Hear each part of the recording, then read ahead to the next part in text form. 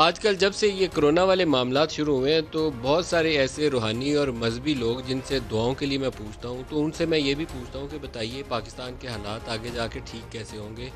بہتری کی امید کہاں سے نکلے گی، یہ وائرس کیسے ختم ہوگا۔ تو ان میں سے ایک صاحب جنہوں نے مجھے پابند کیا کہ نہ تو میں نے میڈیا پہ آنا ہے نہ تم نے میرا نام لینا ہے، انہوں نے 2-3 باتیں مجھے آج سے تقریباً کوئی ہفتہ پہلے یا چند دن 10 دن کہہ لیں، اندازاً اتنے دن پہلے کہیں۔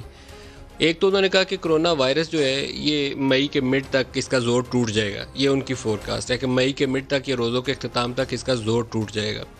دوسرا ان کا خیال یہ ہے کہ عمران خان وزیر اعظم کے طور پر برقرار رہیں گے، جو یہ لوگ سوچتے ہیں کہ وزارت عظمیٰ ان کی چلی جائے گی، نہیں جائے گی۔ لیکن ساتھ انہوں نے کہا کہ ان کے نیچے کچھ بھی ہو سکتا ہے، ایمرجنسی بھی لگ سکتی ہے، ان کے نیچے ایک منی قسم کا کچھ ایسا ماشاء اللہ ٹائپ ارینجمنٹ بھی ہو سکتا ہے کہ یہ وزیر اعظم کے طور پر تو بیٹھے رہیں، یہ آج سے 8-10 دن پہلے کی باتیں ہو رہی ہیں، اور بہت سارے ایسے ان کے وزراء جو نالائق ہیں، نکمے ہیں، جو ڈلیور نہیں کر پا رہے، ان کی جگہ پہ اختیارات کسی اور کے ہاتھ میں چلے جائیں، لیکن وزارت عظمیٰ ان کی برقرار رہے گی۔ تھرڈ ان کی پریڈکشن جو تھی وہ بہت اچھی ہے،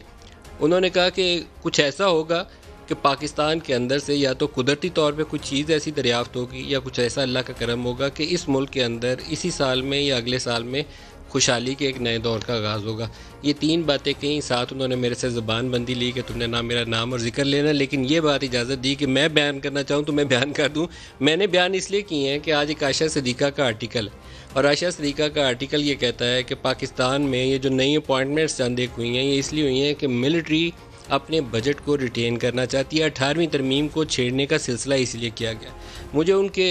کچھ ایشوز کے اوپر اختلاف ہے، کیونکہ 18ویں ترمیم کو زیادہ چھیڑے بغیر سائڈ پہ رکھ دے۔ 18ویں ترمیم صوبوں کو فلی امپاورڈ رہنا چاہیے، لیکن NFC ایوارڈ جب لاسٹ ٹائم کیا گیا تھا اس کے بعد سے ایک ڈسٹورشن پیدا ہوئی ہے۔ ڈسٹورشن یہ پیدا ہوئی ہے کہ وفاق کے پاس اتنے وسائل ہیں نہیں ہیں جو انٹرسٹ پیمنٹس کر سکے اور ڈیفنس کے اخراجات اٹھا سکے۔ صوبوں کو پیسے دیے، صوبوں نے اپنے وسائل جنریٹ نہیں کیے، جس کا نتیجہ یہ ہے کہ پچھلے 6-7 سال کے عرصے میں ہم ہر سال،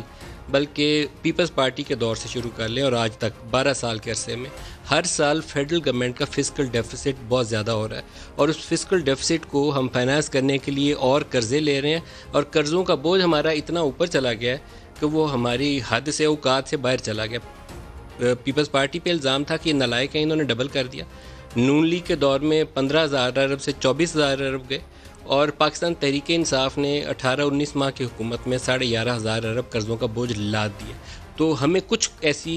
ایک بیلنسنگ ایکٹ، کریکٹیو میئرز کرنے ہیں، یا ریونیو موبلائزیشن کریں، کاسٹ کٹنگ کریں، یا اس کی کاسٹ شیئرنگ کریں۔ کاسٹ شیئرنگ ڈیفنس کے بجٹ کی ہو یا انٹرسٹ پیمنٹ کی، یہ پولیٹیکل ڈیسیژن ہے، اور کمزور حکومتیں یہ فیصلے نہیں کر پاتی۔ اس کے لیے نیشنل یونٹی کنسنسس چاہیے ہوتی ہے، جو پاکستان میں ناپید ہے۔ آج پروگرام میں آگے چلیں گے تو مین ٹاپک میرا یہی رہے گا، اسی ایشو کے اوپر بات کریں گے، لیکن ایک رپورٹ آئی ہے ابھی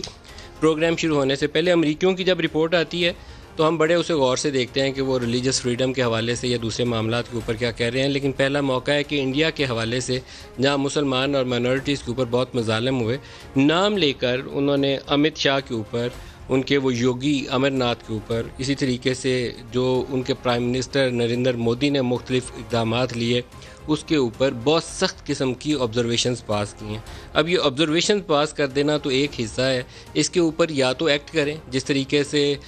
ماضی میں گجرات کے رائٹس کے بعد اسے بچر آف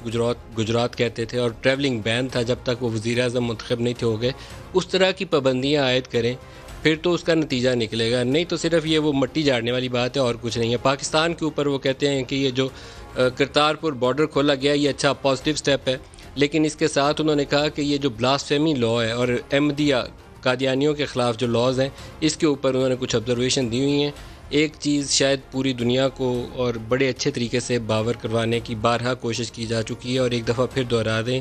کہ جو being a Muslim, finality of the prophethood is part of our religion, our faith، اس کے بغیر ہمارا دین مکمل نہیں ہوتا۔ اس کے اوپر کوئی آرگومنٹ کی گنجائش نہیں ہے۔